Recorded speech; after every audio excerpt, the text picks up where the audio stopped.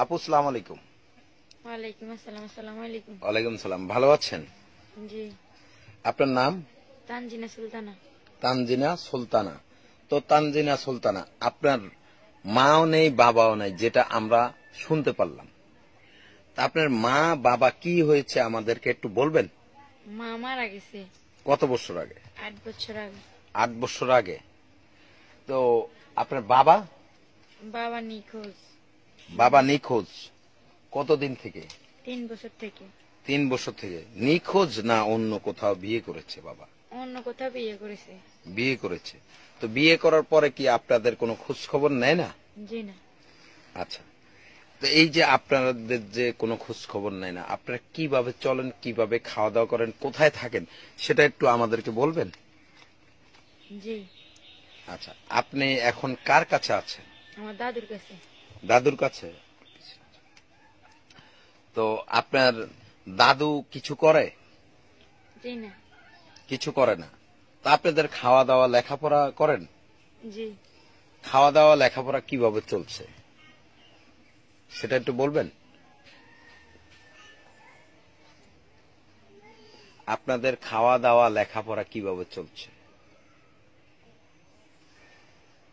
তো আপু, আপনি লেখাপড়া, আপনার খাওয়া দাওয়া কিভাবে চলছে সেটা একটু আমাদেরকে বলবেন?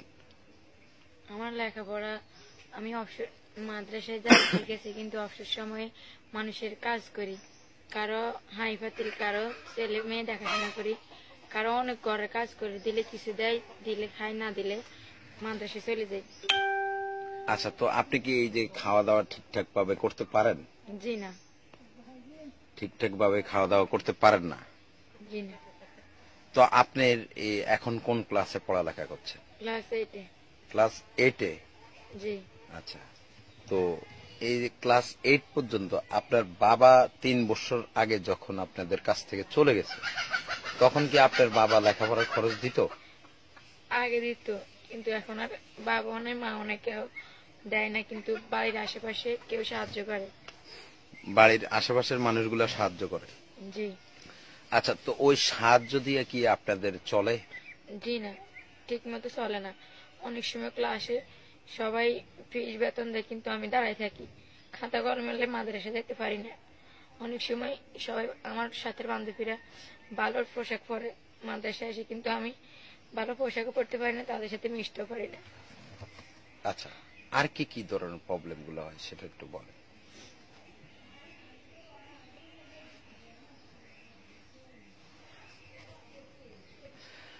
তো আপু, এই যে মা নেই, বাবাও নেই, আজ লেখাপড়া করতে আপনার কি কি ধরনের প্রবলেম গুলো হয় সেটা একটু আমাদেরকে বলেন?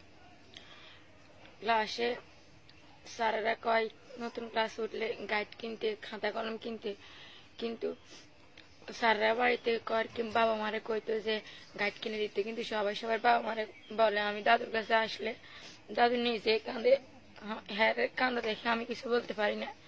অনেক কষ্ট করে পড়ালেখা করতেছি আর কি।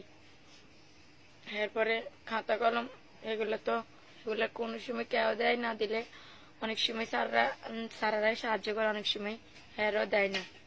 কারণ গেছে বছর আমি 80 সেন্টার দিতাম, কিন্তু 600 টাকা আমি 80 সেন্টার দিতে পারি না, 1 বছর গেছে। আজকে যদি আমার মা থাকতো তাহলে কষ্ট করি হলো আমার পড়াশোনা করাইতো।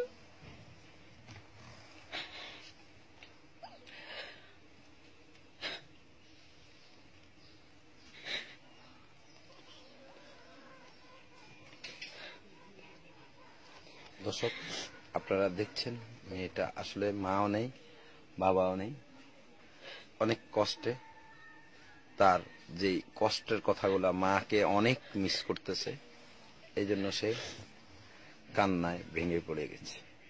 আসলে মা তো জনম দুঃখিনী, যে মা সন্তানকে কখনো কষ্ট দেয় না, মা সন্তানকে বুকে নিয়ে থাকে।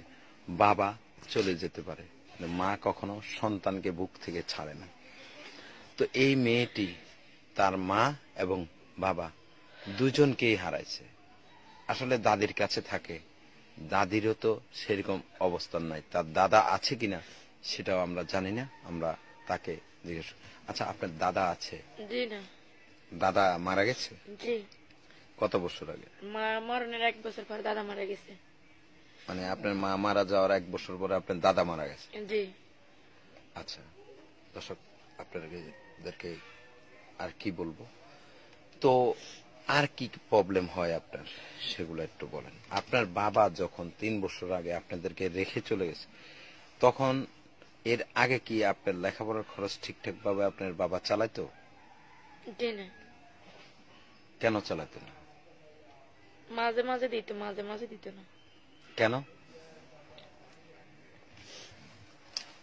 কেন দিত না?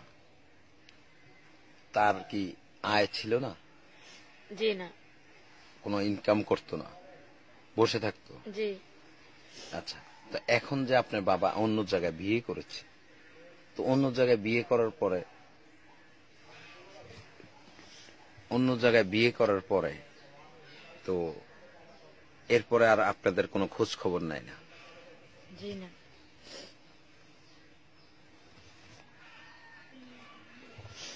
তো আপনার বাবা যখন বিয়ে করে চলে যায়, তখন কি এই পর্যন্ত আপনাদের কোনো খোঁজ খবর নিয়েছে? জি না। নেয়নি? আপনারা চেষ্টা করছেন? জি। তো চেষ্টা করে তাকে পেয়েছেন? জি, জানতে পারছি আর কি। পরে কি বলছে? হ্যাঁ, এর সাথে কোনো কথা হয়নি, কিন্তু মানে যেখানে থাকে ওইখানে আমার ভাইয়ারা আর কি দেখছিল, তারপরে এখান থেকে খোঁজ খবর আনছি। আপনার ভাইয়ারা বলতে? আমার বাড়ির আর কি। বাড়ির? জি। হ্যাঁ। হ্যাঁ হ্যাঁ, এখানে কাজ করতে গেছিল, তো আব্বুরে দেখছে। পরে? পরে দেখছে আর কইছিল আর কি, কিছু কয় না। কিছু বলে না? তার কোনো ফোন নাম্বার আছে? জি না। কোনো ফোন নাম্বার নাই না? না। দর্শক, আপনারা দেখছেন বাবাও নাই, মাও নেই। আসলে লেখাপড়া কি এখন কি আপনি ঠিকঠাক ভাবে চলবে? মনে তো হয় না। কারণ কি? কারণ এখন আমার মাও নেই, বাবাও নেই, দাদু আর কিরকম ভাবে চালাইবো, কিন্তু আমি চাই। হ্যাঁ, আপনি চান? আমি চাই আমি মানে পড়ালেখা উচ্চ শিক্ষা শিক্ষিত হয়ে একজন অ্যাডভোকেট হইতে আর কি। মানে একজন অ্যাডভোকেট হতে চান? জি। তো এই গ্রামের মেয়ে, বাবাও নেই, মাও নেই, কথাও বলতে পারে না ঠিকঠাক ভাবে। তো আমরা সবসময় যারা দরিদ্র অসহায় তাদেরকে তুলে ধরি, এবং কি মা নেই, বাবা নাই, যাদের স্বামী নেই, যারা বিধবা, যে ধরনের সন্তানগুলা লেখাপড়া করতে চায়, লেখাপড়া করতে পারে না, তাদেরকে তুলে ধরি। তো আজ আমরা এই তানজিনাকে তুলে ধরলাম। তো তানজিনার কি আমাদের দর্শকের উদ্দেশ্যে কিছু বলার আছে কিনা আমরা তানজিনার কাছে জানতে চাই। তো তানজিনা, তোমার কি আমাদের দর্শকের উদ্দেশ্যে কিছু বলার আছে? জি। তো তানজিনা, কি বলার আছে আমাদের দর্শকের উদ্দেশ্যে বলেন। প্রথমে দর্শকদের আমার সালাম রইল। তো বলেন তানজিনা।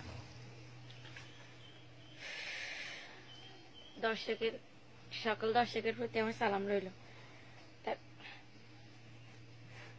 আমার মাও নাই, বাবাও নাই, যদি আমার পড়ালেখায় কেউ সাহায্য করে, দর্শকের যদি আমাকে সাহায্য করে, তাহলে আমি আমার স্বপ্নের দিকে মানে আমি নিজের পথ ধরতে পারবো। আর আপনারা তো সবাই অনেক জায়গায় দান করেন, যদি আমাকে পড়ালেখার ব্যাপারে কেউ সাহায্য করেন, তাহলে আমি 5 ওয়াক্ত নামাজ পড়ে আপনাদের জন্য দোয়া করব। আচ্ছা তানজিনা, আপনার সাথে যোগাযোগের কোনো ব্যবস্থা আছে? জি। কি ব্যবস্থা আছে? ফোন। আচ্ছা, ফোন কি আপনার? জি না। কার?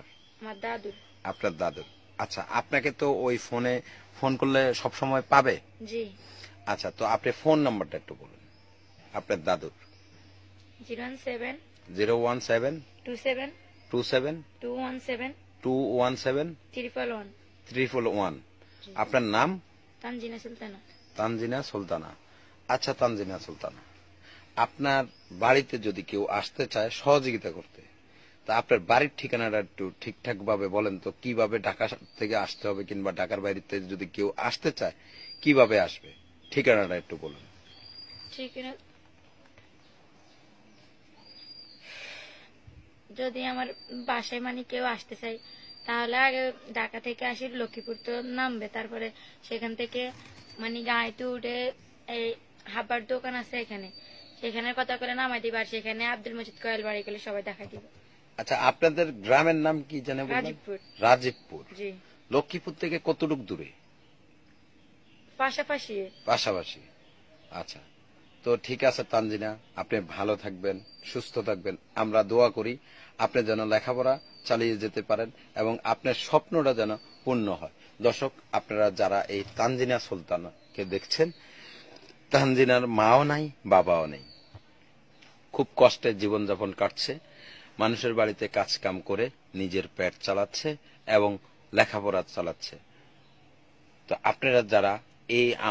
আপনারা যারা তাকে সহযোগিতা করতে চান, তার ফোন নাম্বার আমরা দিয়ে দিয়েছি। এবং আমরা তো অনেক মসজিদ মাদ্রাসায় অনেক জায়গায় দান করি। বাবাও নাই, মাও নাই, ছেড়িয়া এতিম। আল্লাহর রাসূল বলেছে যে যদি এতিমের পাশে কেউ হাত বাড়িয়ে দেয় তাহলে সে আমার সুপারিশ পাবে। তো আপনারা যদি এতিম, ছেড়িয়া, মাও নাই, বাবাও নাই, তাদেরকে একটু সহযোগিতা করেন, হয়তো আপনারা এ দুনিয়াতে না পেতে পারেন, পরকালে হলেও পাবেন।